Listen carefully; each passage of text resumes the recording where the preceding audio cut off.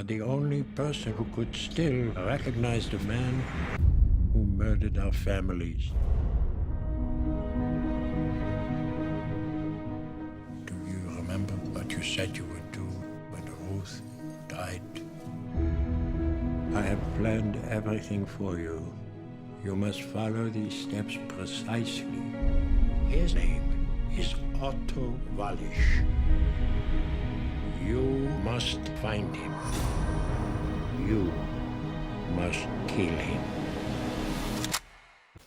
Hi everyone, it's Dalton Lynne. This had initially been planned as a book review video, but I saw a movie not long after the last video, and I liked it so much that I wanted to do a review on that movie. And the name of the movie is called Remember, and it stars Christopher Plummer and Martin Landau.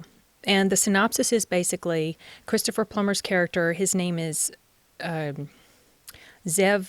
Gutman. I'm not sure if I'm pronouncing that right. And he's a 90-year-old who is struggling with memory loss, and his wife has recently died. He keeps forgetting that his wife has died. When he wakes up, he always says her name. And so after the death of his wife, he gets a package from a friend, Max. And I don't remember how they got together in the film. It did show them, I believe, scenes of them talking together. But so I thought Max lived there in the same place that Zev did, but maybe I'm wrong. Anyway, he gets a package from his friend. Sorry to go off on that. And in this package is money and also a multi-page letter that lays out this plan that Max has for Zev. And Zev has clearly forgotten a lot about his past. And so Max reminds him that in World War II they were both prisoners at Auschwitz. And Max has found out that one of the very sadistic guards that was there has escaped, and he's living his life without any sort of consequence to what he did in his past. And this particular guard was responsible, I believe, directly for the deaths of both of their families. So Max and Zev, they want to get their revenge on this guy.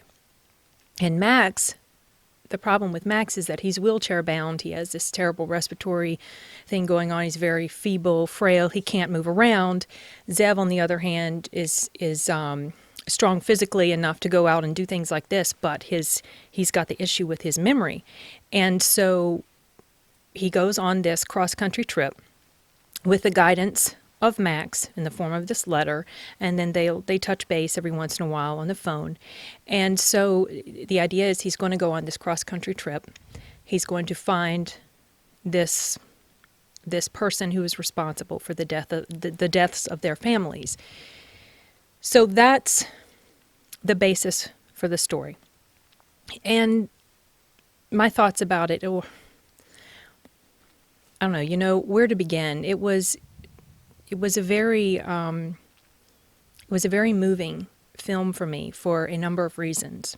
On a personal level, not just because of the basic human element involved, in the story of this poor old guy who's dealing with memory loss, and he's trying to navigate the world around him and dealing with different people, the different ones he comes in contact with. You're just watching him go through this and feeling very sorry for him because he seems to be lost and confused a lot of times. And another part of what made it very moving for me was just the overall story of what it was on the surface, a survivor of one of the worst genocides in modern human history, and he's in search of revenge.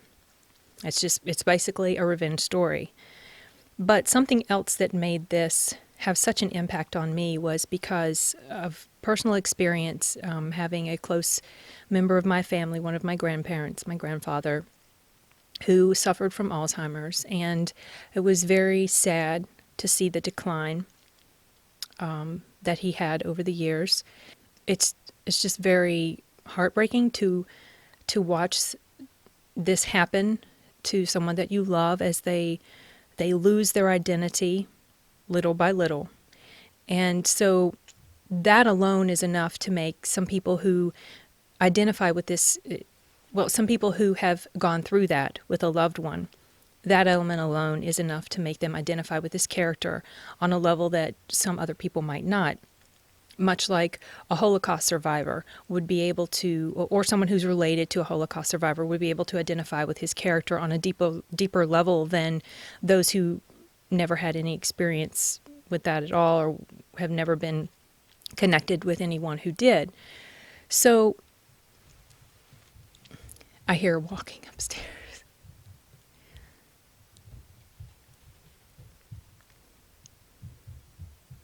Stomp, stomp. I don't know how much you guys can hear, but there's a lot of tromping going on up there. Anyway, for such a small, quiet little movie, it's only about 90 minutes long, there were so many moments for me that I just felt breathless and on edge, watching to see what was going to happen. How's he going to make it through this particular situation or this encounter? Is he going to get found out because he's carrying a gun with him? Is he going to be detained? Is something going to, meanwhile his family's looking for him because he's gone missing. Is he going to even be able to reliably remember what he's doing? And the whole purpose for him being out and about the way he is. Now, the letter that his friend wrote to him, it's like a lifeline to remembering who he is and what he's doing. And he uses that letter often throughout the film to sort of reel himself back into the reality of his situation. And it's a very tenuous little lifeline, because what if something happens to the letter? What if by chance it just occurred to me, what if by chance he starts to forget how to read, which can happen sometimes, especially with people who have Alzheimer's. And I don't think it's very clear whether his character has Alzheimer's or some other form of dementia, but that was obviously a possibility with his character. So also throughout all of this, the earth-shattering final moments of remembering that he had at the end, it was quite impactful for me personally, and it felt like a punch to the gut. And I'm not going to go into much more detail about that, but you are sort of like brought on this journey, and you're brought to this place, and he's going to have this final moment, and of something that he remembers. That it's quite. I don't even know how to describe it. And if I say too much more, it's going to be kind of too spoilery. So I don't want to do that.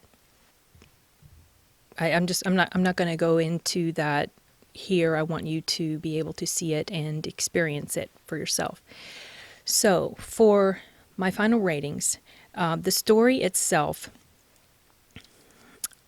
I would say, I guess I would give it, I was torn between a 4 and a 5. Maybe 4 just because it was so simple. There wasn't really a huge amount of depth to it plot-wise, but it's so effective for me. Personally, I'm going to just go ahead and bump it up to a 5. Did not see the twist coming at the end, but it was pulled off, in my opinion, it was pulled off so effectively that it really couldn't have been any other way than what happened. And performance-wise, obviously, well, 5 stars for Christopher Plummer. He delivered an outstanding performance, and the supporting cast members also did a really great job, in my opinion. How they, the different people that he encountered along the way, how they interacted with him, their reactions to, obviously, this guy in front of them that was not completely all there. Those interactions were handled pretty well and very realistically. And so overall, obviously, if the story's a 5, the performance is a 5, then the overall impression is going to be a 5. I felt like it was done so well, the simplicity of the overall story, as well as the convincing and heartbreaking performance by Christopher Plummer. felt like it all worked together in such a way that it's easy to connect with on a human level. And I don't really have much more to say as far as that goes. I feel like I don't think a lot of people might not know about this film. I hope that some of you guys would take the time out to check it out. It's not very long. Like I said, only an hour and a half. It's available on Amazon Prime. And I don't know if it's available on Netflix, but I'm sure you could buy the DVD if you wanted, or just, I don't know if it's even on something like Redbox or whatever. But if you have the time, please check it out. And I hope that you enjoy it as much as I did. And that's it.